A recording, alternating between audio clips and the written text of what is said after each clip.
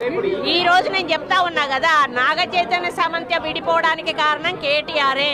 ఈరోజు చాలా మంది హీరోయిన్లు తొందరగా పెళ్లిళ్ళు చేసుకొని సినిమా ఫీల్డ్ నుంచి తప్పుకోవడానికి కారణం కూడా కేటీఆరే. ఆయన ఆ రోజు మత్తు పదార్థాలకు అలవాటు పడి వాళ్ళను కూడా మత్తు పదార్థాలకు అలవాటు చేసి రేవ్ పార్టీలు చేసుకొని మదమెక్కి వాళ్ళ జీవితాలతో ఆడుకొని బ్లాక్ మెయిల్ చేసి వాళ్ళను ఇబ్బంది పెట్టినటువంటి వ్యక్తి కేటీఆర్. అది అందరికీ కూడా తెలుసు, సినిమా ఫీల్డ్ లో అందరికి తెలుసు, అది ఓపెన్ రహస్యము. ఏమక్క కొండక్క, అసలు నీది నోరా మోరా? మంత్రివా కంత్రివా? ఆడదానివనే విషయాన్ని మర్చిపోయి నీ నీచ రాజకీయాల కోసం, నీ గుంపు మేస్త్రి ఆడిస్తున్న డైవర్షన్ పాలిటిక్స్ ల కోసం సాటి ఆడవాళ్ల జీవితాలను పేర్లను బజార్ల పెట్టడం నీకు తగునా? నీతుల గురించి బూతుల గురించి నువ్వు మాట్లాడితే దయ్యాలు వేదాలు వర్ణించినట్టుగా ఉన్నాయి. నీతులు బూతులు నువ్వెన్ని మాట్లాడినవో నీ పాత వీడియోలను ఒక్కసారి తిరిగేసుకొని చూసుకో.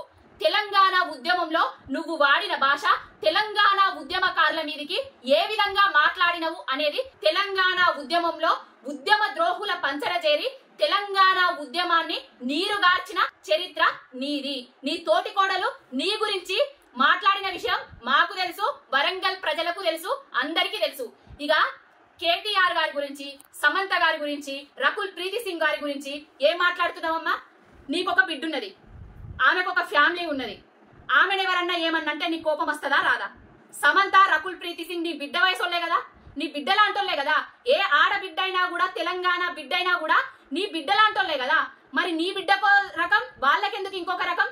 సమంత విడాకుల కాగితాల మీద ఏమన్నా రాసి పెట్టిండ్రా? కేటీఆర్ చేయబట్టి విడాకులు అయినాయి అనేసి ఈ వెకిలి మాటలు, వెకిలి చేష్టలు చేసుడు ఇప్పటికైనా మర్చిపో.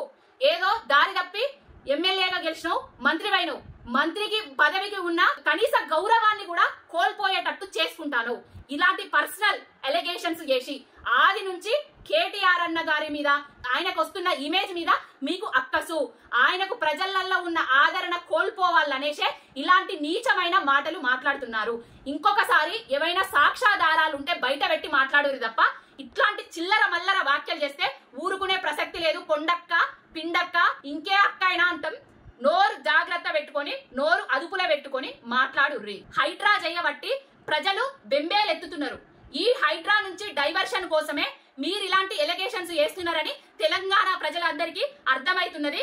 కొంచెం సంస్కారవంతమైన రాజకీయాలు చెయ్యిరి. రాజకీయాలంటేనే నీచం ముచ్చేటట్టు, భావి తరాలు వచ్చేటందుకు భయపడేటట్టు మాత్రం చెయ్యకుర్రి. మీ స్వలాభం కోసం, స్వంత లాభం కోసం, మీ పార్టీల లాభాల కోసం ఒక ఇమేజ్ ఉన్న లీడర్ ని డ్యామేజ్ చేయాలని చూస్తే ఊరుకునే ప్రసక్తే లేదు.